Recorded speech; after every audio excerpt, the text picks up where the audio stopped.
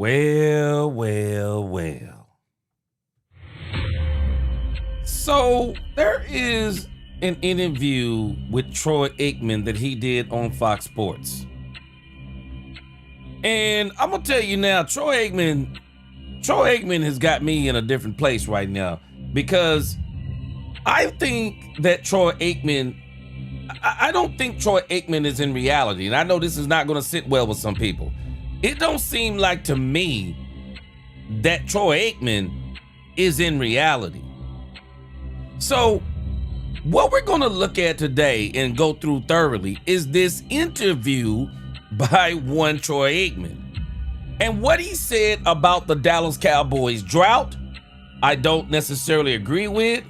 What he said about the draft, I can somewhat agree with. And then what he said about Dak Prescott, I'm in total disagreement with. We're going to talk about that and more today. Let's talk Cowboys. We're about to talk facts. Thank God it's Friday. Thank God it's Friday. Absolutely.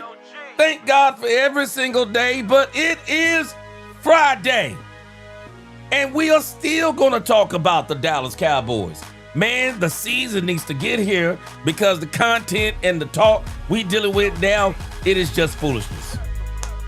Welcome, Cowboy fans and Cowboy haters alike. I'm the G, and I'm the host of Let's Talk Cowboys, where we talk facts. And as you come into this live stream, please hit that like button, share, subscribe, hit that notification bell so you know the next time we post another video or go live. And yes, we are live. And if you haven't become a channel member subscriber yet, what are you waiting on? We have a lot of great things coming up this season. Now let's talk facts. So we're gonna have quite a few quick hits up front. I want to get to the latest news of today. We're gonna talk about Caleb Downs. Caleb Downs continues to be all the talk for the Dallas Cowboys. People think he's gonna fall to the Dallas Cowboys, but there could be a chance that even Sonny Styles falls to the Cowboys now. I mean, it's going to be no holds barred on draft day. And I'm telling you, those 11 teams in front of the Cowboys, they're going to take players that nobody expected. And who knows who's going to be available for the Cowboys there at number 12. But we're going to talk about Caleb Downs. Then we're going to talk about this Steeler trade that the Pittsburgh Steelers turned down from the Dallas Cowboys. We're also going to look at Kenny Moore from the Indianapolis Colts. Would be a great candidate for the Dallas Cowboys to bring into the cornerback room. Then we're going to listen to that Troy Aikman interview, and we are going to break that thing down piece by piece. Also, we're going to talk about the Cowboys trading up, and I think the Cowboys are going to have that option. I thought the Arizona thing had the most validity, but now it seems like the Cleveland Browns, they are making it known that they want to get out of the number 6 spot. Then, if we have the time, Dylan Thieneman. I have somebody to take care of the day. But if we have the time, man, we've been trying to get the Dylan Thieneman for about 3 or 4 days. We're going to get the Dylan Thieneman. And then we're going to talk about Jacob Rodriguez again. Here it is. Caleb Downs, Steeler trade, Kenny Moore, Aikman interview, trading up. Thieneman and Rodriguez, let's go. Let's get it. Hey. Let's go. Let's get this quick roll call. And then we go get this thing going. Dominique Pittman. What's going on, Dominique Pittman? Good to see you. Big Mouse Dog, what up? We them boys. What up? Queen. Yep. Queen. I'm going to favorite your comment, and I'm coming back to it. John Henry, what's going on? Marlon Dillon, what's going on? Tyrone Robinson, what's going on? Big Dal 8604. Lord Nova, what up, Lord Nova? It's Bump TY 5X from the 903. What's going on? I see you got your Pimp C Christian Parker avatar there. What's going on? Good to see you. Bass, Emmett's takes are better than Troy Aikman's takes. Absolutely agree with you, Bass. Inglewood Trojans, what's going on?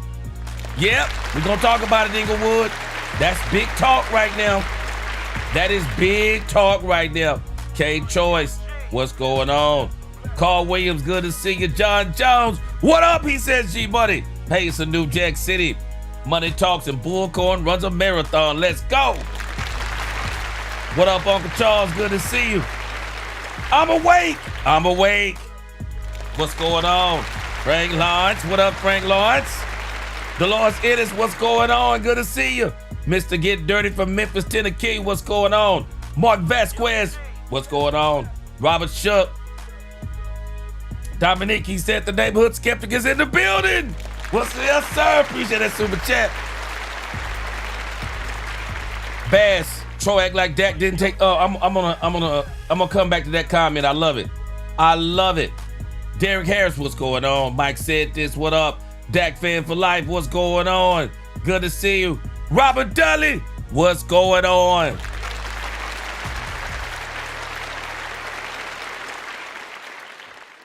All right, let's get into this thing. You know, I really like Troy Aikman, but I'm really starting to think that Troy Aikman, I want y'all to think about this.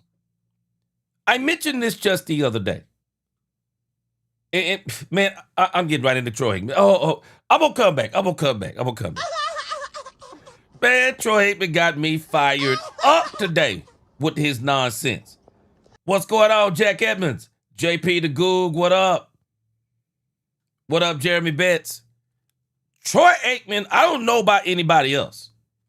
Troy Aikman got me fired up today when as a matter of fact, I heard it last night and I got up this morning and did a video on it. Troy Aikman got me fired up because I'm telling you, Troy Aikman is in La La Land somewhere right now. He is in denial. And that's not a slight at Troy Aikman. I'm going to lay out this whole thing about Troy Aikman. But first, Here we go. so let's go over here and look at Caleb Downs. I mean, everybody is excited about this Caleb Downs thing. Everybody's excited about the Caleb Downs situation. People believe that Caleb Downs is going to fall to the Cowboys. I showed you yesterday when you look at the last time that a safety was drafted in the top 10, it was 2017 with Jamal Adams, and that didn't work out too well for the Seattle Seahawks, I believe. And also when you think about these off-ball linebackers that we are watching, I mean, I'm going to tell y'all something. Y'all tell me what y'all think. But it seems like the true defensive end / edge rusher, it's like a dinosaur. It's like the true defensive end edge rusher is a dinosaur.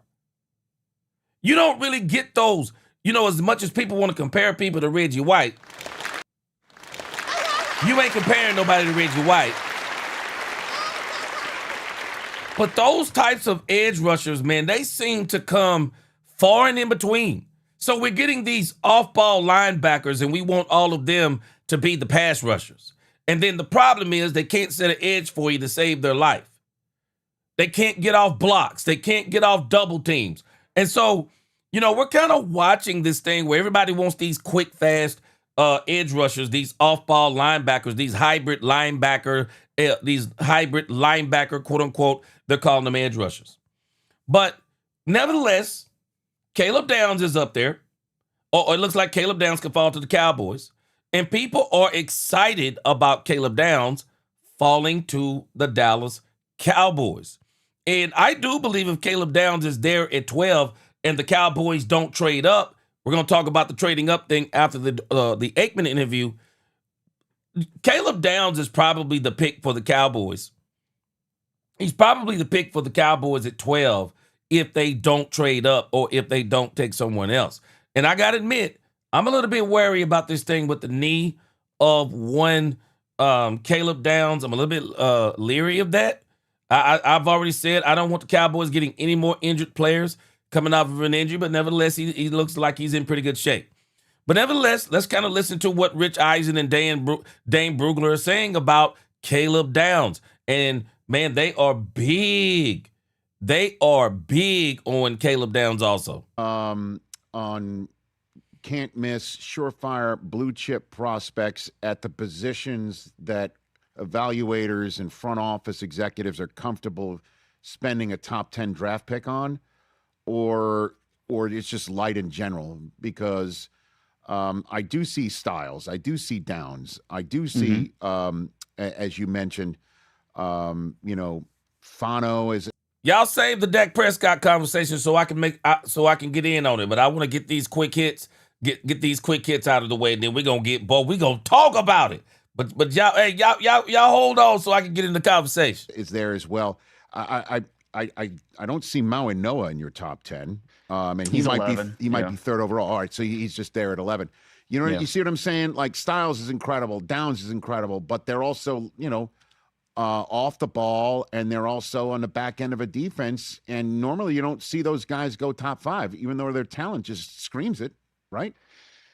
That's the to me the story of this draft. I'm awake. You think you're going top 10? Non-premium positions, and how teams reconcile that. What's going on? You don't Stephen usually White? Think about drafting a safety in the top 10, but Caleb Downs is that good. I mean, talking to teams about his interview process and how Caleb Downs is sitting down and basically telling them, this is exactly how you guys run your scheme. This is exactly how I would do it. He's talking their language, unlike most college players are able to do. So Caleb Downs is just different. And of course, you wish you were a little bit bigger. You wish maybe you had some of the testing information. He didn't do any testing at the Combine or Pro Day. But you're going to trust the tape. And nowhere on the tape does it say he's a deficient athlete or anything like that. The intelligence is what sets him apart. And then, with Sonny Styles, a linebacker, there's going to be several teams that are going to be I'm looking at the Cowboys specifically as a team. They're going to be tempted to move up. Right now, the Cowboys don't have a player they feel comfortable wearing that green dot. Sonny Styles would be. Yep. Again, I think this is going to be the case, too. I believe the Cowboys are going to move up. Yeah, I'm awake. As long as Caleb Downs is healthy, he's a great player. I agree with you. I'm not going to disagree. He's a great player. Man, if he's healthy, he in like Flynn. He in like Flynn. But if I'm the Cowboys, I think, again, we talked about it yesterday. I think people are a little too enamored with the top 11 picks. Man, let me tell y'all something. I'm not telling y'all Dylan Thieneman is Caleb Downs. But I really would like to know what the fall off is. Dylan Thieneman is white lightning. Dylan Thieneman ran a 4.37. That dude can move. Dylan Thieneman is a big play safety too. He was a big play safety at Purdue. Big play safety at Oregon. He can cover from sideline to sideline, and he gets in on the action. Thieneman is a physical safety too. I don't see why people don't think that if the name is not Downs, Styles, Baines, Reese, or Bailey, or Delane, that people act like the Cowboys still can't have a great draft. You can trade back and get Dylan Thieneman. Get you some more draft capital, get you Jacob Rodriguez, and then get you an edge rusher. Maybe you get you an edge rusher in the second round. Maybe you can trade that 12 and get to the second round, and you can get that edge rusher in the second round. Because I got a feeling Cowboys are drafting, would be number 48. I got a feeling there'll be some edge rushers there at number 48. I really do, because you're not getting Orville Reese or David Bailey unless you're willing to just give up on 12 and 20. If I'm the Cowboys, I'll be honest with you. I can't give up 12 and 20 in this draft. Now, if you're telling me I'm giving up that for a proven commodity, I can't give up 12 and 20. That's too rich for my blood. I can't give up 12 and 20 if I'm the Cowboys, because the Cowboys need not only players, they need players they can develop. What's going on, Ice Wall? What's up, Miss Matrix? Good to see you. What up? What up, Earl Jones? Dudley? I'm awake, said he's going defensive end first. Who would you go with? Tell me who would you go with? I think Keldrick Falk, right, would be there. Would probably be the next best one there. Derrick Harris, some of the greatest players are guys no one has ever heard about. Happens all the time. Mid-round. Hey, people forget Dak Prescott, 4th round draft pick. Max Crosby wasn't a 1st, 2nd, or 3rd round draft pick. I mean, there are some great players in this league that were not 1st round draft picks. And so I think the Cowboys can still do well even if they don't get downs. Yeah, let me read what Rodney Evans just said. Rodney Evans said he didn't participate in the combine on his pro day. That don't sound good to me, Uncle G. Just the Ohio State defense was kind of stacked. It was. And you know, you take those players off some of those teams, they look different. I mean, man, Justin Fields, he didn't look the same when he was no longer with the with the Ohio State Buckeyes. Didn't look the same. Perfect for that Christian Parker defense, exactly what they're looking for. They have 2 first-round picks. Could they be tempted to move up? You know, we know the Browns are always willing to move back. Maybe 6 could be that sweet spot for them. Wow. Okay. Keep that one. Put a pin in that one. Dane Brugler's the beast on the Athletic New York Times, 2,700 prospects. See, it's as deep dive as you can possibly get. This is going to be the big talk. The Cleveland Browns are making it very clear to everybody. It sounds like the Cleveland Browns, and we'll read up on that in just a moment, but it sounds like the Cleveland Browns, they are wanting to go backwards. They're wanting more draft picks. I think that there may be a player that they may want to get at maybe somewhere at the back of the 1st round. I'm hoping they don't make the mistake of going and getting Ty Simpson. I mean, the Cleveland Browns, they're just going to have to understand. They're going to have to let this thing play out with Shedeur Sanders. They're going to have to give Shedeur Sanders everything he can to succeed and let him prove that he's either worthy or he's not worthy. It's the only thing that's going to satisfy the Cleveland Browns fan base. They are in love with Shedeur Sanders, and I don't blame him. He's a great young man. I think he's going to be great in this league. But, man, they don't need to be fooling around with no quarterbacks over there unless you're bringing in a veteran backup to kind of maybe help mentor Shedeur, whatever the case may be. But anything else, stay away from it. But they are definitely seem like they are trying to trade out of the number 6 spot. And let's go to our next quick hit. Here we go. So we got another story here about Patrick Queen. And I'm actually laughing about the Patrick Queen story.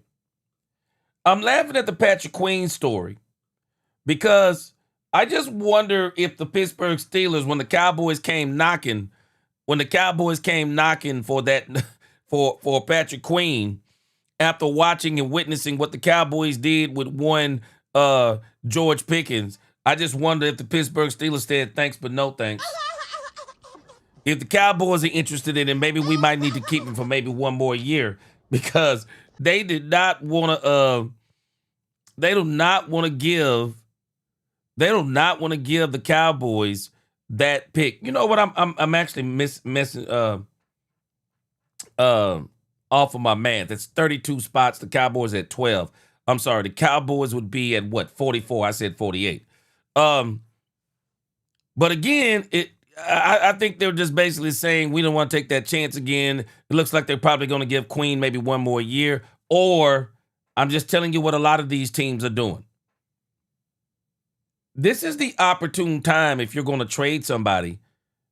Well, just wait until draft nights. Wait until the 3 days of the draft. There's no need in rushing now. You know, you might as well wait because teams get a little bit more antsy on draft night. So we'll see what happens. But I'm dumbfounded that they actually turned down the 3rd round pick for Patrick Queen. It says Queen, 26, joined the Steelers on a 3-year, $41 million deal after leaving Baltimore and has been a key figure in their defense. Analysts value his impact beyond basic stats, and fans expect more than a lone 3rd rounder for a player with his upside. Trading him now could raise questions about asset management, especially given the Steelers' significant investment. So it says the Atlanta Falcons explored a potential deal for Queen, but talk stalled, suggesting a softer market than Pittsburgh hoped. This lack of strong offers helps explain why no trade is materialized. It also underscores the challenge of balancing market value with internal expectations. And so basically it seems like they're saying Pittsburgh may view Queen a lot with a lot higher value than everyone else does.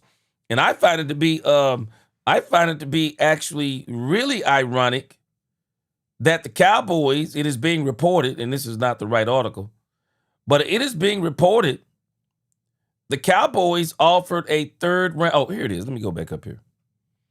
The Pittsburgh Steelers reportedly turned down the Dallas Cowboys offer of a third round pick for linebacker Patrick Queen. Patrick Queen.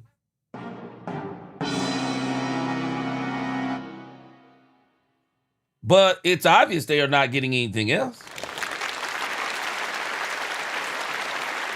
So they're probably going to try to wait until the draft nights and see if somebody will get a little bit more desperate. And maybe somebody will give them a second. I don't think anybody's going to give them a second for Patrick Queen. I mean, once people kind of figure out, this is the same thing that happened with Joe Milton.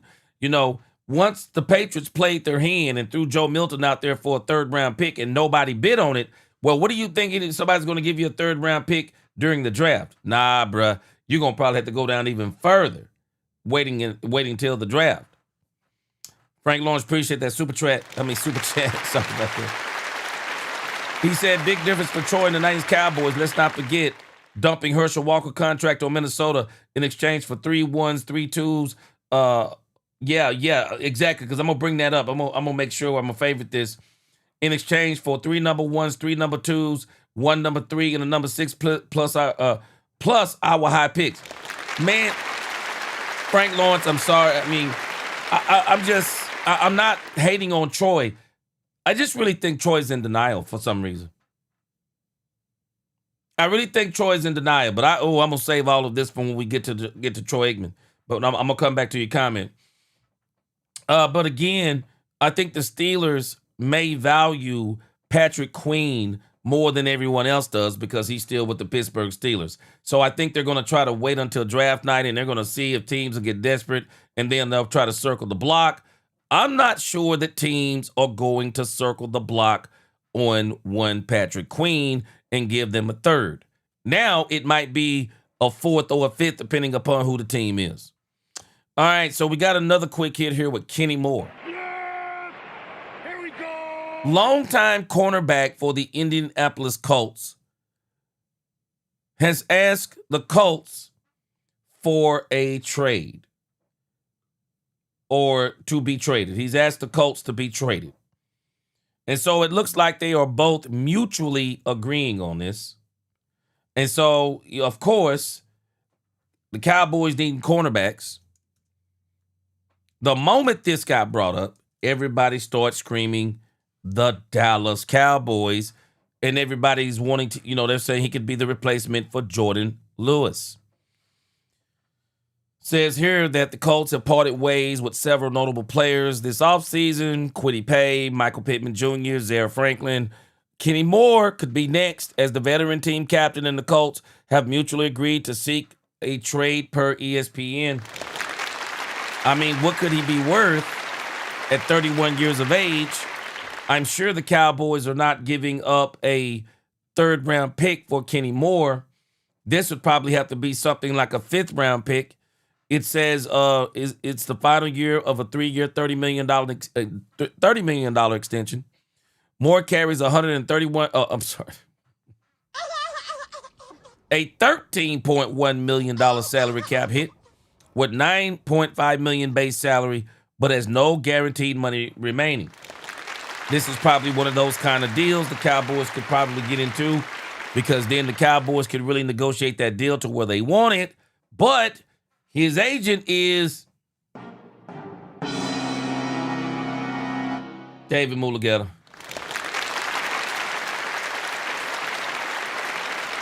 David Mulugeta is his agent, so we'd have to see how this turns out, but he has no guaranteed money, so he really has no leverage. I mean, the Colts could trade him, and then the Cowboys could pretty much, I guess, negotiate whatever they wanted. So, this right here is one of those to be determined.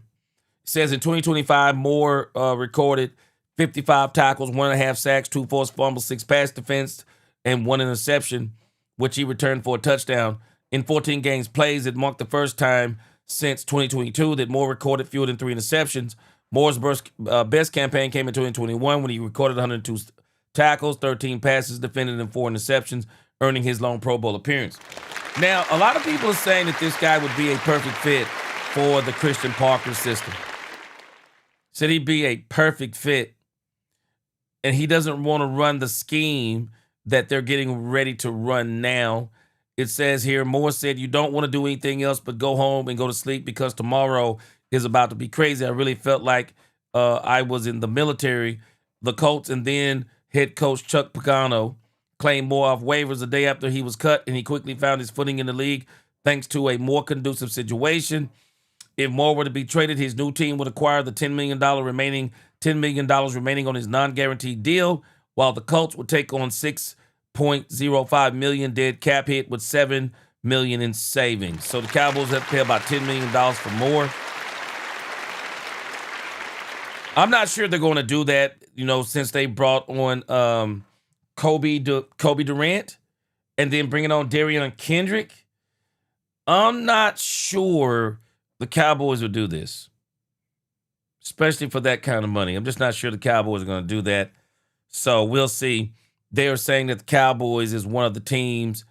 Says the Dallas Cowboys have shown a willingness to add veteran help for their defense, whether that be former linebacker Logan Wilson or star defensive tackle Quentin Williams. This Dallas defense ranked dead last in pass defense last year with 251.5 passing yards surrendered per game. So Moore would be a welcome addition to a young room that's looking to get back on track. I don't know if the Cowboys would want to pay that kind of money for him. Yeah, David Mulligata pay, man, of course. I mean, when you look at those deals like he's gotten for Christian Wilkins, Deshaun Watson, I mean, when you look at some of the deals he's gotten like Jordan Love, I mean, when you look at some of the deals he's gotten some of these players, of course they'd want to go to him because, man, he gets every penny, sometimes money that they're not even worth. So, of course, they love David Mulligata. Ice Wall Cowboy said, "I'm sick of David Money Getter." That's what he is. Hey, Jerry Maguire, bro, show me the money. When you get David Mulligata, show me the money. Rodney Evans said the reason why the Cowboys got all them picks, the Cowboys cut some of the players they got from the Vikings. Very smart move. That's how they got them. That's exactly how they got them. They didn't think that they would cut the players, and that's exactly what they did and got all the picks. Oh, man, Jerry was a wheeler and a dealer back then, boy. Wheeler and a dealer. All right, so. Yes! Here we go! So now let's get to this Troy Aikman interview. And Troy Aikman said some things in this interview, if you listen to Troy Aikman in this interview. Troy Aikman doesn't seem like he's being very truthful with the answers that he gave in this interview. And it seems to me that there is something between Troy Aikman and the Dallas Cowboys. And I don't think this is something that just started with this Miami Dolphins thing. Because Troy seems to be very adamant about how smart the Dolphins were. And even Emmitt Smith kind of alludes to the fact that he don't know the history of what's going on. But I know Emmitt can see it too. There is no love lost between Jerry Jones' front office and Troy Aikman. And I don't think they dislike Troy Aikman, but I don't think they like some of the things that Troy Aikman has said about the Dallas Cowboys in the past. And I'm going to show you where Troy Aikman is answering some of these questions in a way that is not necessarily truthful, because he himself should absolutely know some of these answers. So let's get into this thing with Troy Aikman, because I'm telling you now, man, Troy Aikman had me fired up listening to this interview last night. I had to listen to it again this morning to make sure I wasn't hearing it wrong. But Troy is on some other stuff if you are really paying attention to him in this interview. So we're going to skip over the part where he is talking about this whole Miami Dolphins thing. I could care less about what he's doing with the Miami Dolphins deal. I mean, that's what he wants to do. That's his prerogative. I mean, the NFL gonna have to deal with that. But as it applies to what he started saying about Dak Prescott, oh no, this man right. Troy Aikman is not right in what he's saying. All right, let's check him out. Let's see. Let's pick him up here. I think he's gonna start talking about the draft first. Let's see. Didn't reach out to you about that kind of role, and do you think it would be challenging at all to work with Jerry Jones on that kind of level? Obviously. Okay, I didn't even listen to this question. So when I started hearing the Miami stuff, I just rolled right past it. Oh, why not? Let's indulge ourselves. Let's see what he said. What was his answer to this? They're like, well, what about Troy? We want Troy. I think he's excellent as well. All the things that I would look for in a head coach, he possesses. This year will be tough for them because they are really strapped hard with the cap after the release of their quarterback. So we'll see what happens. It's probably going to be a rough 2026, but yeah. I think they're building for the future, and I'm excited for their future. I think that's... I'm actually laughing at Troy Aikman. Troy Aikman thinks that he's going to go to Miami and he's going to turn Miami around.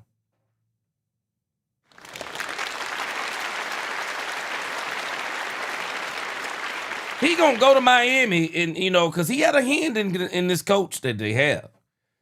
And it's amazing to me. What has this guy done to where Troy thinks he's going to be all that in a bag of chips? I'd love to go back and pull up what he said about Shotty back in the day. But the thing anyway. For Cowboys fans, when this news broke that you were going to be in an advisory role for the Miami Dolphins, they're like, well, what about Troy? We want Troy. Does it bother you at all that the Cowboys haven't or didn't reach out to you about that kind of role? And do you think it would be challenging? Bass, I said the same thing in the interview. Yeah. Jimmy Johnson thought he was going to turn him around too.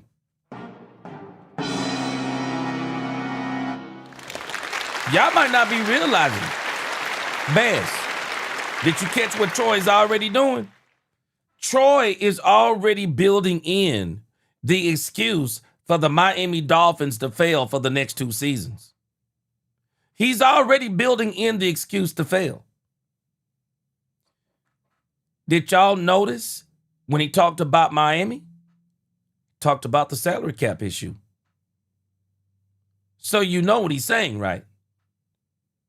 Yeah, we're not going to be good because of the salary cap issue. How long? How long will you not be good, Troy? How long will you not be good because of the salary cap issue? He's already building in an excuse for this thing to be a failure over the first couple of years. I really think the NFL has a problem. They really need to put a stop to these insiders, these Troy Aikmans, the Tom Bradys. Now we're looking at, what's her name? Diana Rossini. These are ethical issues that the NFL is playing with fire. They're playing with fire. We're watching the thing with Diana Rossini. I'm not concerned about her and Mike Vrabel as much. But my problem with the Diana Rossini and Mike Vrabel issue, they can say anything that they want to. That owners meeting was not at that motel. That is not where those people were staying. That was that motel is known for romantic rendezvous and getaways. Diana Rossini should not be talking to any coach on that level. Any coach on that level. That should be an ethical issue for any media outlet, that these people cannot have relationships with current players, current coaches, people inside of the organization, because the Philadelphia Eagles are all in their feelings about Diana Rossini, because they are saying that Diana Rossini was out there planting stories about A.J. Brown getting traded from the Philadelphia Eagles and all these stories about A.J. Brown that could be or not be true. Could be or not be true. Why?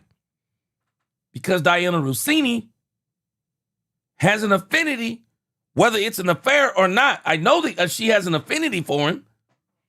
She has an affinity for Mike Vrabel, and we've seen it in the media playing out right in front of us.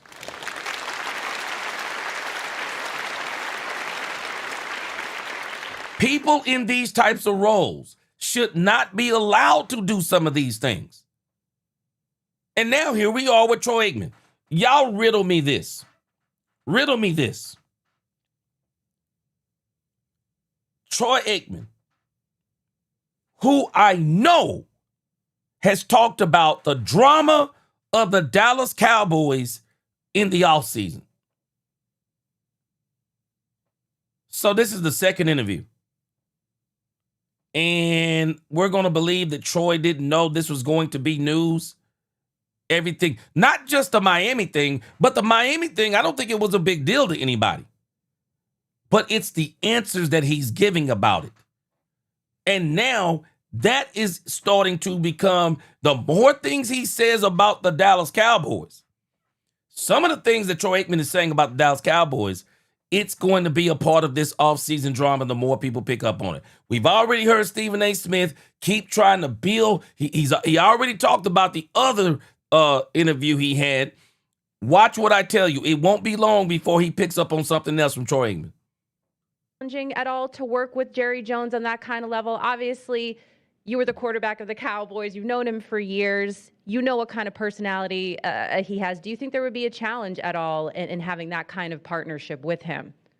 Well, the first part of that question, am I surprised that I haven't been approached by Jerry or the organization? I guess the short answer to that is no. I'm not. Why sure would you really be surprised? That they've reached out to anyone for that matter. Maybe they have a few other people that might be able to assist them in some of their decision making, but it's just how they've operated. It's how they operated when I was playing, and it's continued. I've said it. So wait a minute.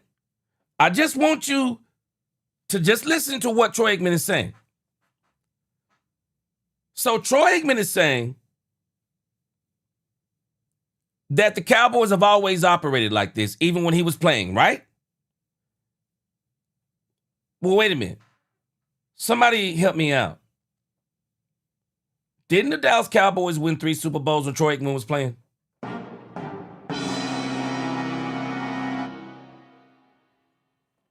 Did the Cowboys win 3 Super Bowls or not when Troy Aikman was playing? Now, this is going to be a 2-part answer that I'm giving you. But Troy Aikman doesn't seem like, to me, he's talking from a place of being as genuine, but he's talking more from a place that he seems to maybe be a little bit bitter at Jerry Jones. Because we got to remember, his answer of he's not surprised they haven't called him. Why wouldn't he be surprised? Why would he be surprised? Because he openly lambasted Barry Switzer in 1995 and 96 to the degree that even the team was fighting against Troy Aikman on this. Even the team was fighting against Troy Aikman on this. And I understand it was a huge change. I'm going to deal with the second part of this thing that I'm talking about. But the team was against Troy on this. Because Troy was so outspoken when he was on the team. We've seen the video clip of Troy on the sideline and some of the things that he was doing. And I'm not saying he was wrong for it necessarily, but make no mistake about it. Cowboys also won 3 Super Bowls while you were there, doing things in a certain way, and by not going outside of the organization. They hired Jimmy Johnson, and Jimmy did the job they asked him to do. And I still say, why would the Cowboys call Troy Aikman? What has Troy Aikman done over the last 30 years that would make the Cowboys say, we should listen to Troy Aikman about putting together our football team? Why? He had no say-so in the 90s Cowboys. Why would they do it? It's not just him. This isn't even a Troy Aikman conversation. Why would they call any ex-quarterback? Why would they call any ex-player who hasn't had some kind of experience in player acquisition? I've said before, I would love for Troy to hang around the facility, hang around the quarterback room, kind of communicate some of the things that were happening when they were playing. But as far as player acquisition, these locker rooms aren't the same. Can I cue y'all in on another fact? Troy Aikman didn't like the atmosphere of the Cowboys after Jimmy left, and some of those same things happen in locker rooms today. What has Troy done? And it's really arrogant on his part in some respects to they're smart for hiring me or somebody like me. What do you mean somebody like you? What have you done? You're a great commentator. I don't always like when you call the Dallas Cowboys games. You got a lot of great football knowledge, but I use my example again. Michael Jordan is the greatest basketball player arguably to ever play the game. He was a terrible owner, terrible GM. Everybody can't do that job, man. Everybody can't do that job, man. Everybody can't do that job. And it's amazing to me, some of this stuff that Troy's saying. I think what the Dolphins did was smart. Now, I think there are those in the media that seem to serve as a bit of a league watchdog that feel that there was a conflict. Everyone that I spoke to around the league when I was helping the Dolphins in this process, I made very clear to them. I was very transparent as to why I was reaching out, what my role was with the Dolphins. So there was no shenanigans whatsoever. It was all very above board. Yeah. It's just. See, but this is the part that Troy Aikman is missing. And other folks, I believe, are missing this too. Troy, it's not a problem that you went out and helped the Miami Dolphins find a head coach. No one cares about the fact that you did that. I mean, most Cowboy fans, until people started making a big deal out of this, most Cowboy fans didn't even care that Troy Aikman was actually working for the Miami Dolphins. People were just like, hey, man, okay, cool. You work for the Miami Dolphins. Congratulations.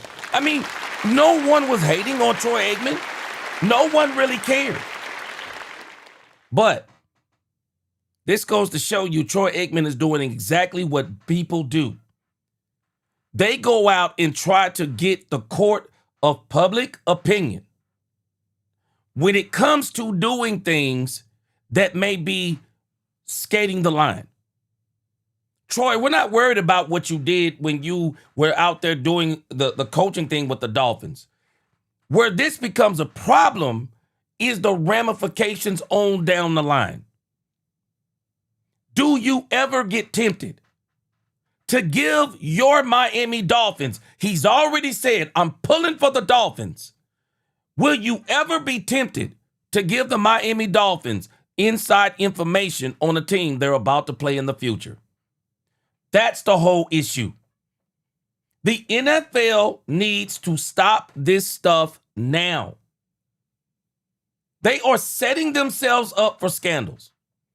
They are setting themselves up. This isn't about the honesty. Man, when you're talking about business, I actually don't care nothing about your honesty, your morals, and your values. I don't care about those things. It is my job to protect the business, and I'm going to put things in place that no matter if a person is moral or immoral, I'm going to keep the honest men honest, and I'm going to keep the dishonest men honest, because I'm going to put rules in place to where people who do these, who are broadcasters.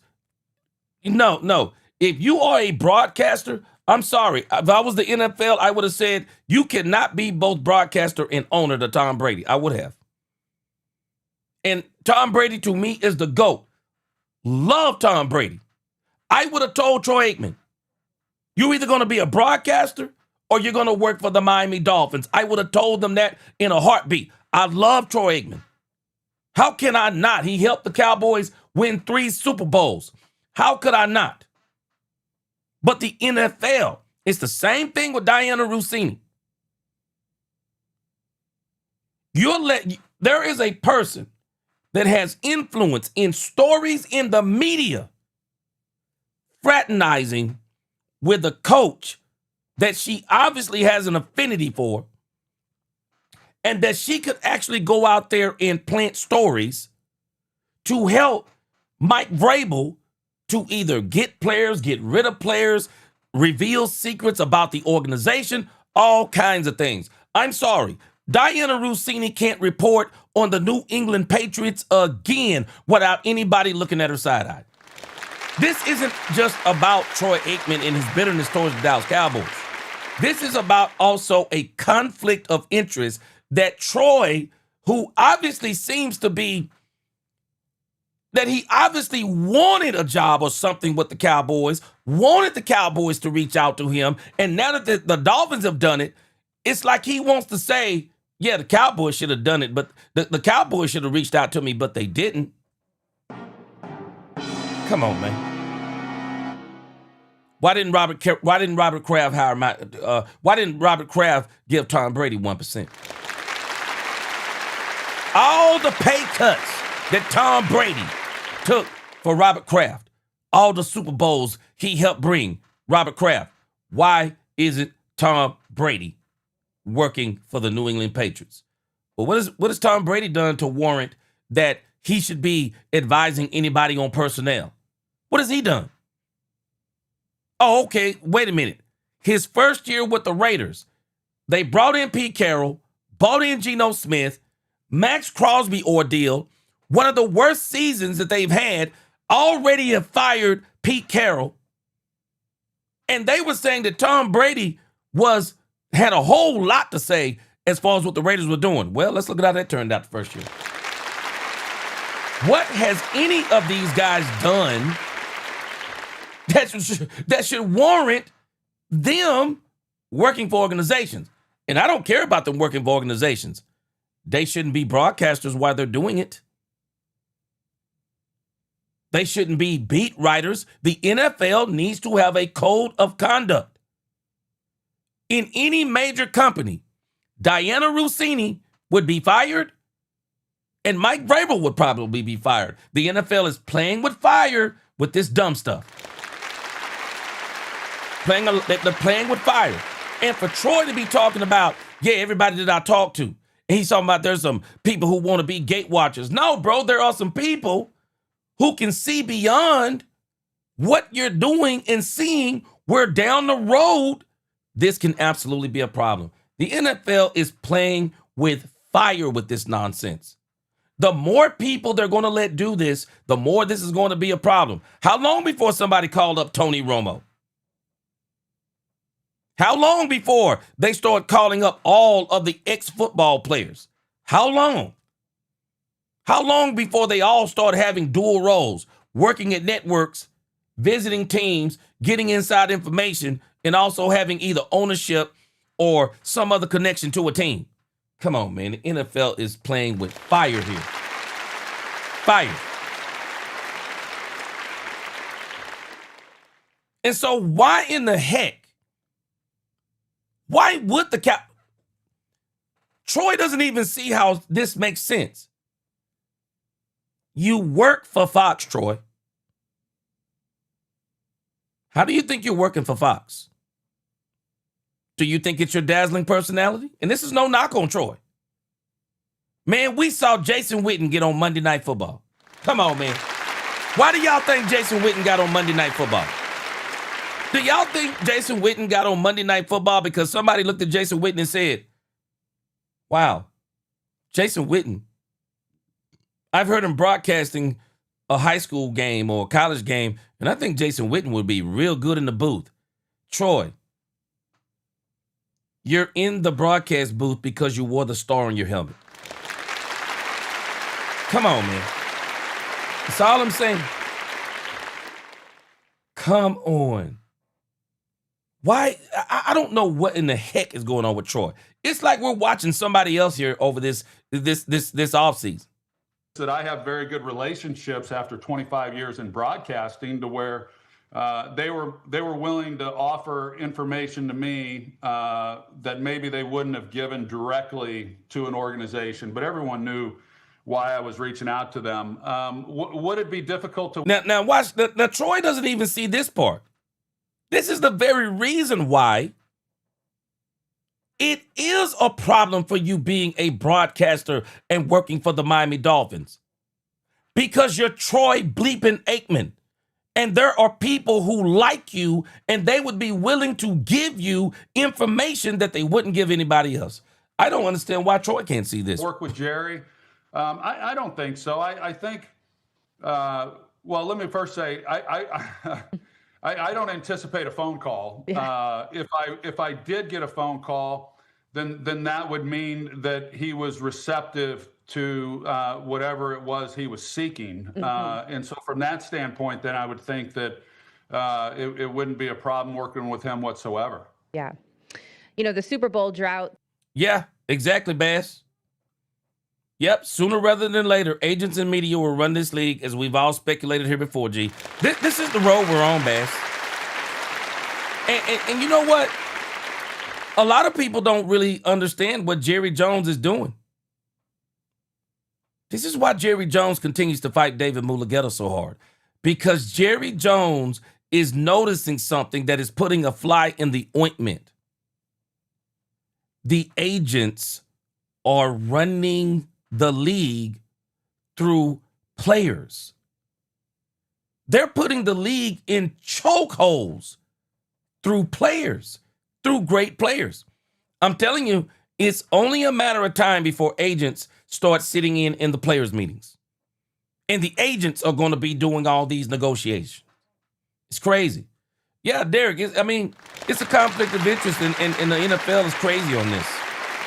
Bass said, gee, this is a simple conclusion. We wait and see the next 2 years. I say too, because this coming year, Miami is strapped, but let's see what Troy do for Miami in these coming years. Well, I tell you this. I want to see it, because he said they were smart to hire him. So we're going to see. Maha City said Troy probably salty that Dallas didn't reach out to him. Exactly. I think that's what it is. I think that's what it is. Let me read Barlow's. He said it's literally like the son, daughter of a wealthy father that has connections up the wazoo, and the kid saying he got an executive job by himself, but the dad is what got the kid the job. Barlow's. I think Aikman is in denial. 30 years and counting, haven't won since you've been a quarterback for this franchise.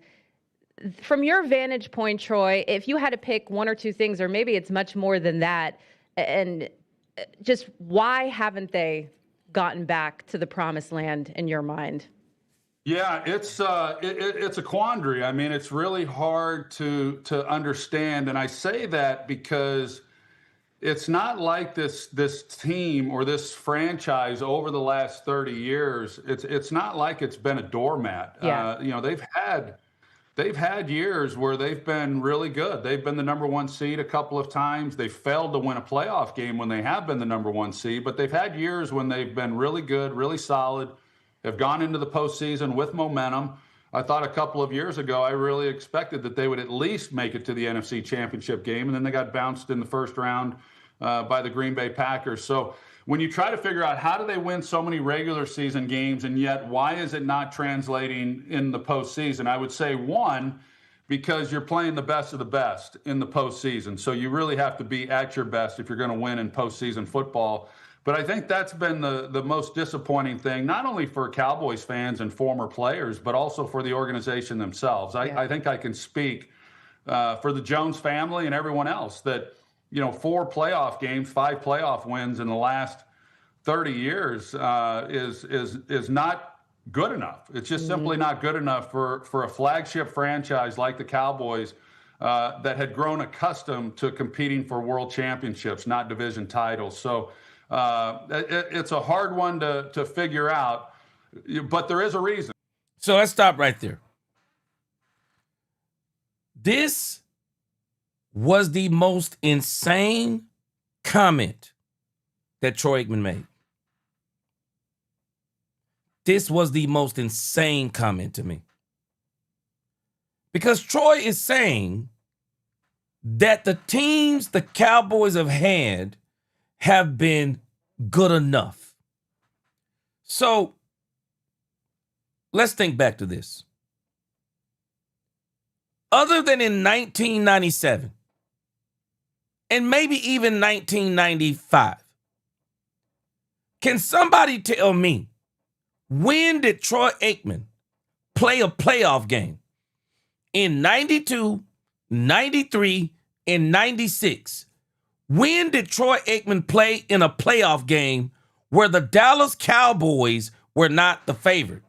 Not just the favorite to win a game, but the favorite to win the Super Bowl. When? Maybe in 92, but the Cowboys were a juggernaut. When did Tony Romo? Because he's saying that Tony Romo and Dak Prescott have played on some good teams. Can somebody tell me, when has Tony Romo and Dak Prescott ever played on a team as great, not as good, as great and elite as the 92 through 96 Cowboys? Can somebody tell me? Troy Aikman is acting like that the talent level of the 90s Cowboys was the same or similar to some of the talent that the Cowboys have had over the last 30 years. Do we not realize, can we all talk about this? The Cowboys have been chasing a unicorn. The 90s Cowboys were a unicorn. The Tom Landry Cowboys of the 70s that were going to Super Bowls and winning them, those were teams that clawed and fought, mentality, just so many different things came together. But when we think about the 90s Cowboys, we can never forget the Herschel Walker trade. We can never forget it. Frank Lawrence brought it up. We can never forget. Troy act like the Herschel Walker trade didn't happen. That Herschel Walker trade changed the whole trajectory of the Dallas Cowboys. They got good overnight. And I believe Troy Aikman has forgot who Troy Aikman was. I've told y'all this before. This is no knock on Troy Aikman. It is true fact. Troy Aikman's career is actually defined in a 5-year window. Troy Aikman's career defined in a 5-year window. Troy Aikman, if you will just let him tell it the way he's telling the story, you would think that Troy Aikman came in this league and Troy Aikman was dominating this league. I got news for us. Troy Aikman was not dominating this league. Troy Aikman wasn't dominating this league in 1989. He was not dominating this league in 1990. They didn't have the players. Jimmy was still putting his coaching staff together. Jimmy brings in Noah Turner to fix Troy Aikman. I think Troy Aikman forgets he was a turnover machine. I'm not saying anything that is not true about Troy Aikman. All of the stats are right here in black and white for anybody to see on the internet. Troy Aikman, injuries, he couldn't stay healthy. 11 games in 89, 12 games in 91. They actually went on a playoff run without Troy Aikman. Jimmy was ready to turn the page on him. It was Jerry who said, and Jerry said as much in the documentary. I told Jimmy, Troy's the quarterback here. Jimmy didn't even blink in the documentary. Jimmy said, man, I just wanted to win.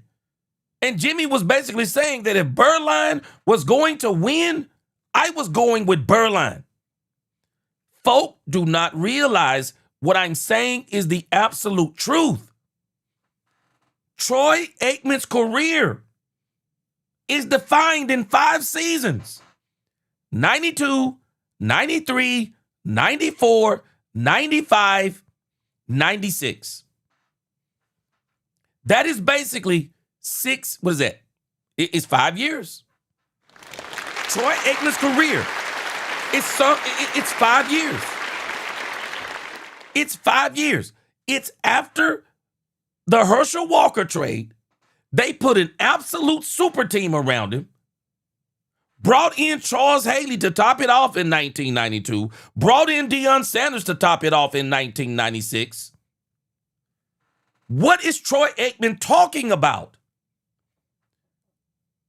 0-11 in 1989, 7-8 in 1990, 7-5 in 1991. His own last playoff appearance was 1996. Troy Aikman didn't sniff the playoffs after 1996. Troy says he doesn't know the answer. Troy was there when this all started transpiring. After they let go of Jimmy in 1993, that team could only survive one more season with what Jimmy built. They brought in Deion Sanders. They lost in 1994 to the San Francisco 49ers. They bring in Deion Sanders. Deion Sanders helps kind of rejuvenate the team. They win the Super Bowl in 1995. And I can remember the heartbreak of the Dallas Cowboys in 1996 losing to an expansion team of the time. Who was it? The Carolina Panthers, maybe? Troy said he don't know what happened. After Jerry let go of Jimmy, Jerry was more focused on talent than he was building a team. This has been the mistake of Jerry. Jerry has failed to build teams. Jerry thought that what Jimmy did was all about player acquisition, not realizing what Jimmy actually did was acquire talent and put a dog mentality into him. And that's what Jerry could never do after Jimmy. Barry couldn't put a dog inside of these teams. This is why they didn't win in 1996. And then they even got bad at player acquisition after 1996. I don't understand why Troy is saying that he don't know what happened. It's the same thing that's been happening to the Cowboys. They've always been able to get these big name players, but they have failed over and over and over and over times 31. They could not build teams. I'm still dumbfounded. Who's the coach that got the Dallas Cowboys to that Super Bowls when Troy Aikman was there? Jimmy Johnson. Tell me the coach that has been as good as Jimmy Johnson that Tony Romo played for, Dak Prescott played for. Tell me the coaching staff that were as good as the coaching staff that Troy played up under and that Jimmy put together. Tell me the coaching staff the Cowboys have had in 31 years that have been as good as that coaching staff. I'm dumbfounded why Troy is saying he don't know the answer to this. It's a quandary. Troy, it's not a quandary. You lived this. You lived this for 4 years, from 97 to 2000. This is why you only played 12 years, Troy. From that point forward, Barry Switzer on. Bad coaching. Could acquire some talent, but couldn't acquire the talent, enough talent to go around you and others, and couldn't put together a team like you put together. Hold on. Let me give you one more golden nugget. Let me tell you what Jerry Jones did. Jerry Jones pulled one of the greatest tricks of all time on the NFL. Jerry comes into the league in 1989. And maybe, I'm thinking it was 89. Jerry buys the Dallas Cowboys, either 88 or 89. For whatever reason, free agency, there's no salary cap. All of a sudden, free agency is implemented in a way to where players could go to the highest bidders. There's no salary cap. I don't understand why Troy's saying this stuff. There's no salary cap in here. But you want to know what's strange? When that salary cap came in, the Cowboys couldn't win anymore. Because Jerry was one of the architects of the salary cap and didn't know how to maneuver it. He didn't. He did not know how to maneuver it. He couldn't put together a team under the salary cap that he put together. Not to mention, Jerry was refusing to ever hire a coach like a Jimmy Johnson again. He refused to do it. I don't understand why Troy is saying that he don't know what happened when Troy lived it. Troy lived this. After 1996, Troy's career, 6-10, 7-4, 7-7, 4-7. We would absolutely destroy Dak Prescott for that. But we don't blame Troy for all of it. We don't blame Troy for all of it. But Troy couldn't carry that team. Troy couldn't carry a team that had mediocre coaching.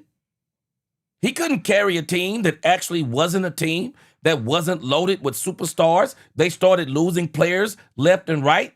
Troy couldn't win in that situation either. I don't understand what Troy is doing. It's like Troy is trying to blame Tony Romo and Dak Prescott. It's like he's trying to blame them, saying they've had some good enough teams. Nah, Troy, you didn't have a good enough team. You had an elite team. You had one of the arguably best teams we've ever seen in the NFL, Troy Aikman. Your career is defined. I just showed it to you. I'm not making this up. His career is defined in 5 years. Everything before that, before he had a team, and everything after that, when he didn't have a team and he didn't have the coach anymore. This is Troy Aikman. So what do you think is going to be with Tony Romo and Dak Prescott? Come on, man. Stop this stuff. I don't know what's going on with Troy Aikman, man. I don't know what's going on with Troy. Quentin Warner, appreciate that super chat. He said, G, if I'm trying to win a Super Bowl, going Troy all day over Jerry Jones. Need players, not Walmart greeters. Owners is too loud. Wrong, G. 49ers were favored in that 92. Yeah, like I said, maybe 92. Maybe 92. But other than that, man, the Cowboys were a juggernaut. Everybody knew it. Everybody knew it. All the indicators were there. The Cowboys were an absolute elite team. And again, Quentin Warner, we cannot forget, Charles Haley tipped the scales for the Cowboys. And Jerry knew it. Jerry knew it. I don't understand what Troy's talking about. I don't. I don't understand what Troy's talking about. Troy lived what's happening to the Cowboys right now. He lived it. It's been going on. You know what people don't realize? This has been going on actually since 1995. That 1996 team was a carryover of Jimmy Johnson's team. And after that, the dam broke. The dam broke on the Dallas Cowboys after 1996. They just couldn't do it anymore. There is a reason when you look at this chart. Notice what you see. You see 6 stars. 1991, he wasn't even a part of that Super Bowl. They didn't go to the Super Bowl, but they won a playoff game, and that is the one that really said, hey, man, this team is really good. Troy said they were a year early, 1992. You know, people kind of slept on them, didn't think they were going to win. San Francisco 49ers were a juggernaut. But Jerry pulled one of the greatest tricks on everybody. Man, he went and got Charles Haley.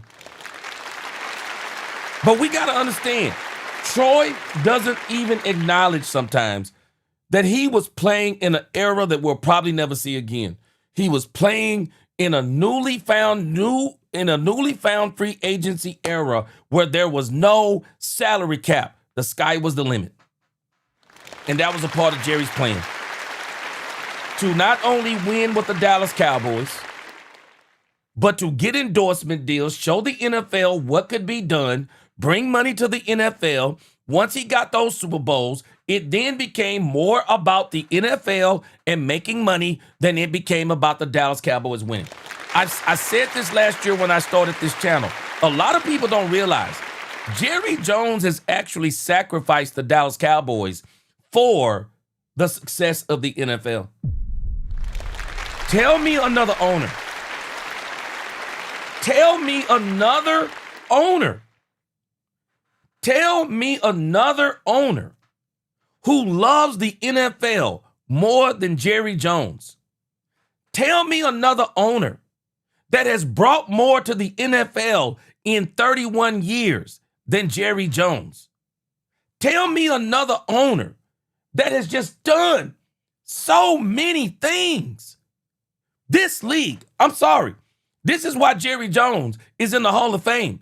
And he is going to go down in history as one of the greatest sports businessmen of all time. The NFL is not the NFL today without Jerry Jones. And the problem with that is that Jerry Jones sacrificed the success of his own team for the success of the NFL. There's a reason why the NFL don't complain about nothing that Jerry. Anybody ever notice this? Anybody ever notice that no one complains? The owners, they don't complain about what Jerry Jones has done. They don't complain about things that Jerry Jones do. Why would they complain? They're not going to complain. Jerry has put billions in their pockets.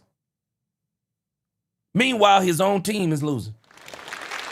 I don't understand why Troy's saying that it's a quandary. No, it's not a quandary.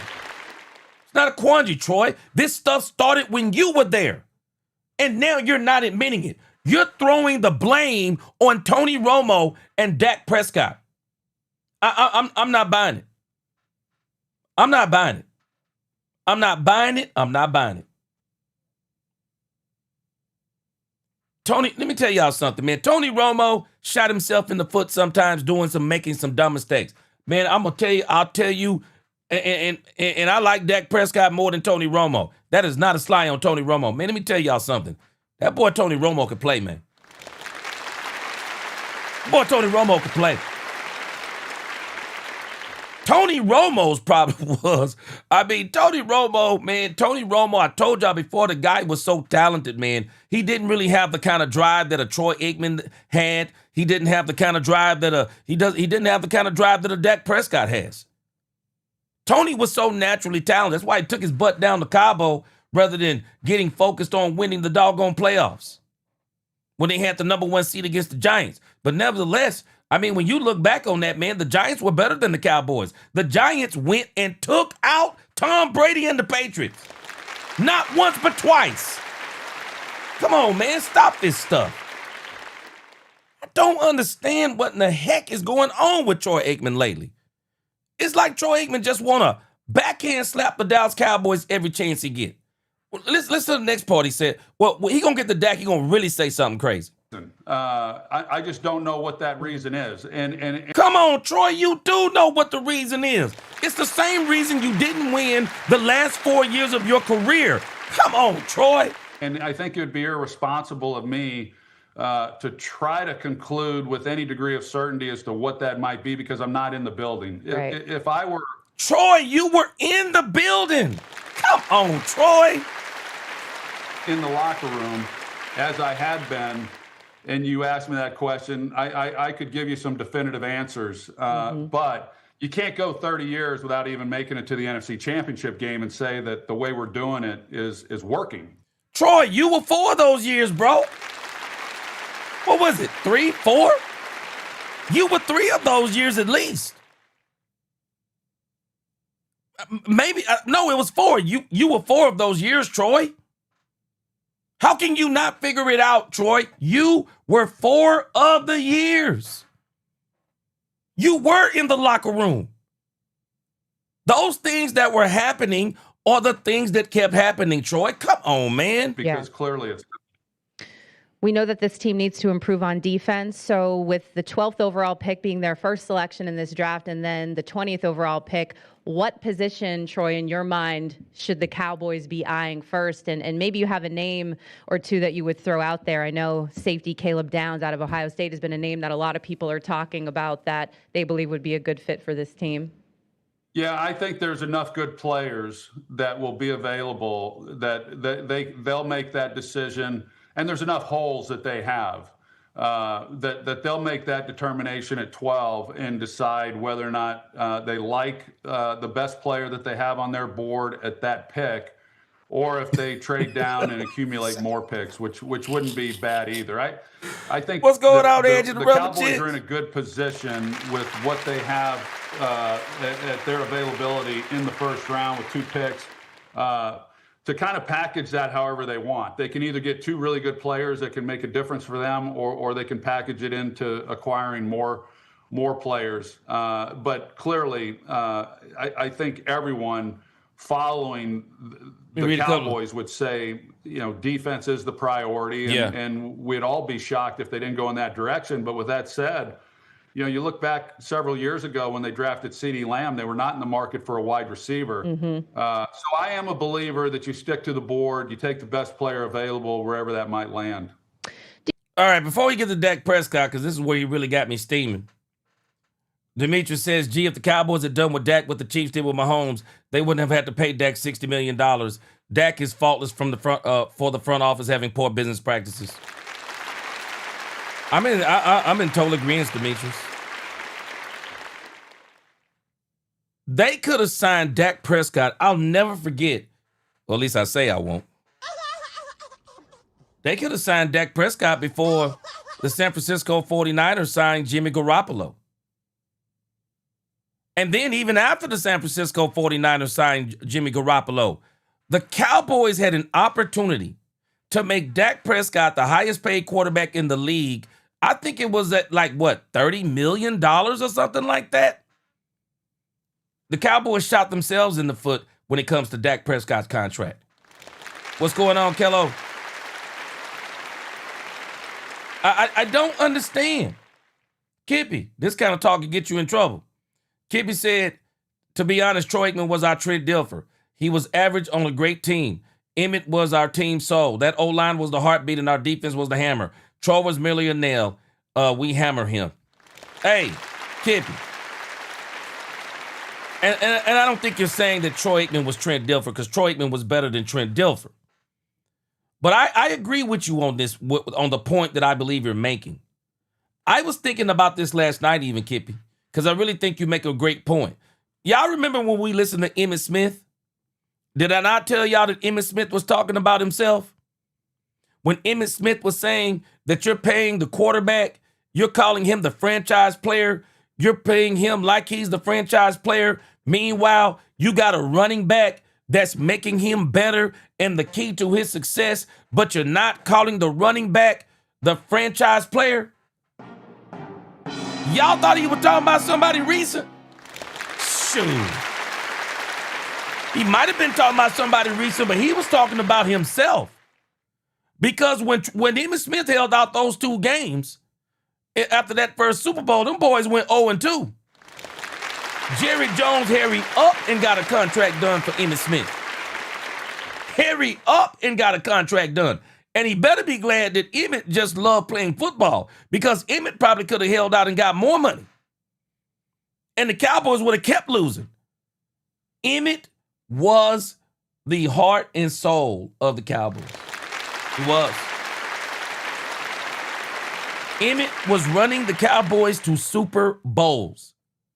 It is the reason why he is the greatest running back of all time.